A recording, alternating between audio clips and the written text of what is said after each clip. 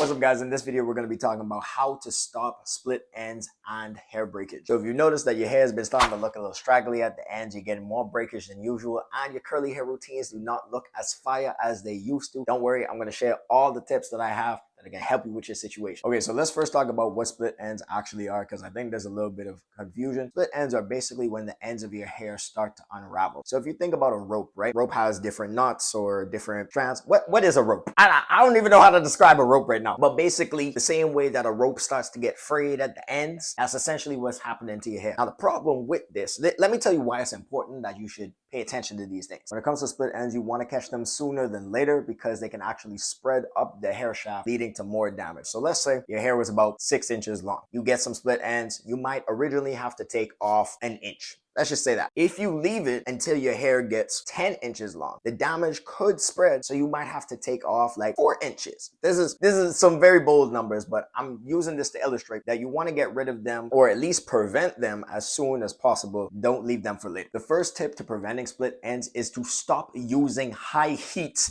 whenever you use a blow dryer. I truly believe some of y'all are built different because y'all will be taking these 1,000,000-degree showers, right? And y'all would apply the same type of heat to your hair. Okay, your hair is not like your skin, brother. I honestly think heat is probably one of the top reasons why people get split ends in the first place, because your hair isn't built to withstand that type of temperature. So whenever I use a blow dryer, I will typically leave it on low or medium heat and use like you can use the low fan setting or the high fan setting, but never in your life touch the high heat setting. There's no reason for that. The only purpose for that is to singe your hair. If you want to cook your hair, then you can use the high heat setting. But I'm assuming since you're watching this video, you don't want to cook your hair, and it's not really a delicacy, so I don't know why you would choose to do that. Moving on. And to be honest with you, this isn't even just limited to your blow dryer. This could be whenever you are washing your hair. Why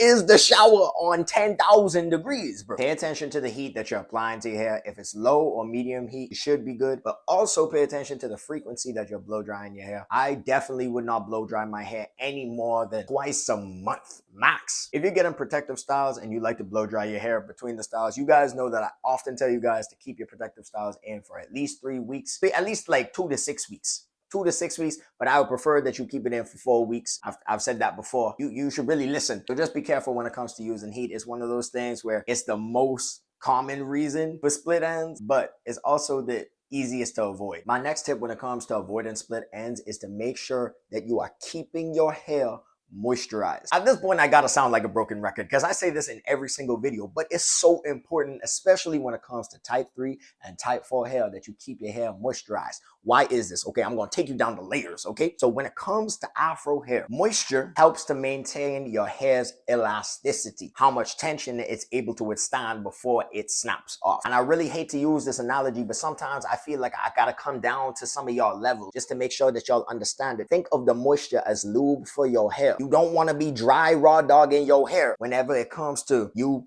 touching your hair, which you shouldn't be doing too often. But you know what? I'll give you a little bit of leeway. When it comes to detangling your hair, when it comes to managing your hair, getting protective styles and stuff like that, you always want to make sure that your hair is thoroughly moisturized, because it's going to promote that elasticity in the hair strand and make it more resistant to breakage and make it more resistant to split ends. And there's no surprise that products are super important when it comes to moisturizing your hair, because if you use the wrong products, you can actually do the opposite and cause your hair to dry out. So if you don't know what products you should get, I have a PDF in the description that goes over the 48 best hair products for curly and coily hair, and I even separate it into low porosity hair and high porosity hair. I even go a step further and give you 3 different options for each product. We're talking rinse out conditioners, leave out. You're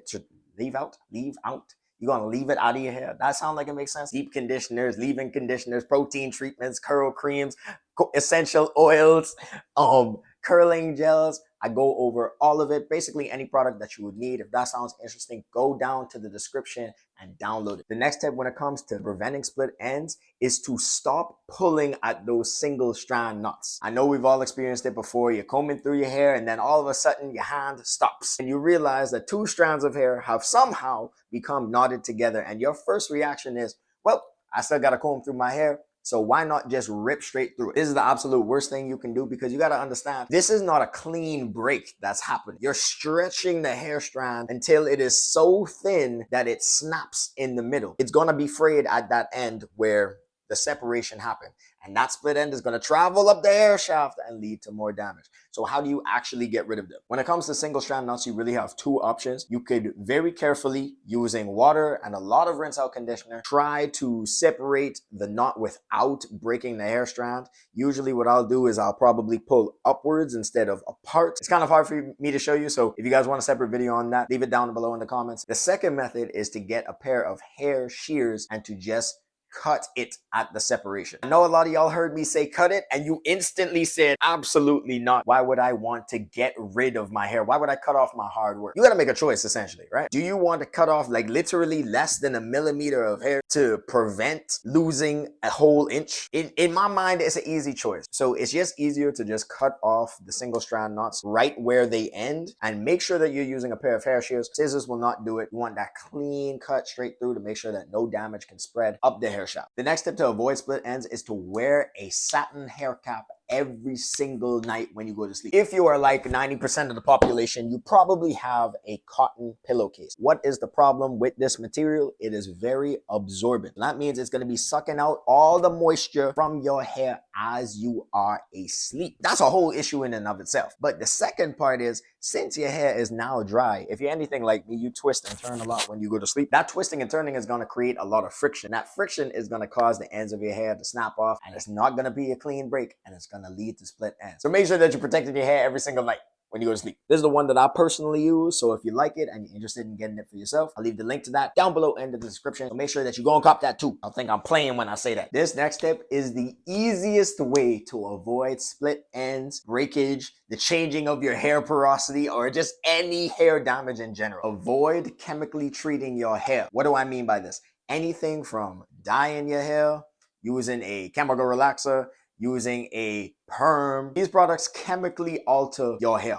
The chemistry of your hair is being thrown off, and that's why you'll see your texture change when you do any one of these things. Now, I will mention, it is possible to do these things in a somewhat safe manner. If you have it done by a professional, you can limit the amount of damage and probably make it so that the damage isn't that noticeable. But most people are not going to do that. So I would advise to avoid using harsh chemicals, using chemicals that chemically alter your hair, using chemicals that chemically alter your hair. Try saying that 10 times fast. It's just easier to avoid them. If you really want to do it, I would just advise that you go to a professional and not do it yourself. There are a lot of ways that these things can go wrong. So keep that in mind when it comes to using any one of those harsh products on your hair. It chemically alters your hair and it could lead to damage, which can lead to split ends. But do you want to know the #1 way to avoid split ends? And I left it purposefully at the end of the video for the OGs. All right, you ready? The #1 way to avoid split ends is to like the video. You've been watching the video this entire time and it never occurred to you that, hey, I've been enjoying this. Let me hit the like button for my boy. But don't worry, I'm gonna give you an opportunity because I'm very forgiving like that. So just go, right